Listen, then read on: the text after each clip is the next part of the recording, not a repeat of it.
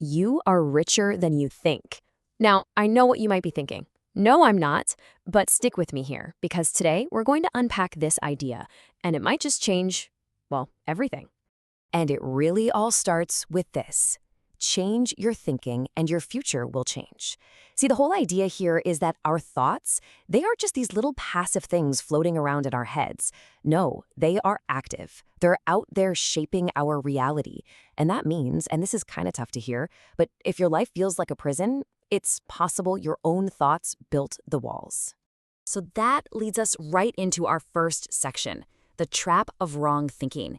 And we're talking about a mindset so destructive, the source material we're looking at says it can literally cancel a person's destiny. Pretty serious stuff. Okay, so what is this wrong thinking anyway? Well, here's the definition. It's a mindset where fear is always winning out over faith. You know the feeling, right? You make one tiny mistake at work, and instead of just shrugging it off and fixing it, your brain goes into a complete meltdown for the rest of the day, telling you you're about to get fired. That's it. That's the negative loop of stress and unhappiness we're talking about.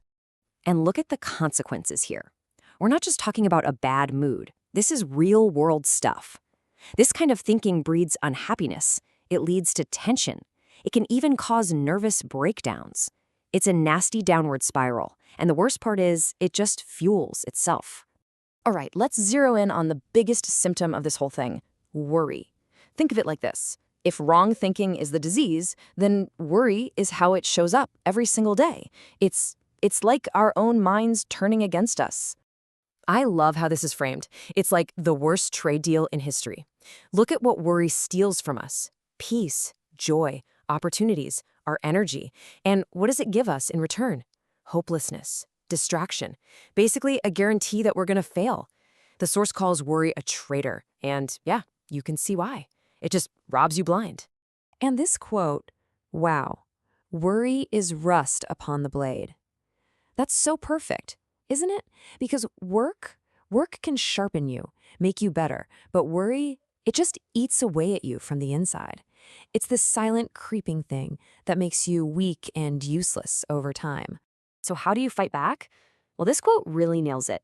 There are 2 days you should never worry about, yesterday and tomorrow. I mean, think about it. You can't change the past, and you can't control the future. So all that energy spent worrying about them, it's just gone. The only thing you actually have is right now, today. And that's exactly what worry tries to steal from you. All right, let's switch gears a little bit. We've talked a lot about the problem, but to really get to the solution, we have to ask ourselves a totally different kind of question, one that's going to change how we look at everything. And this is for you.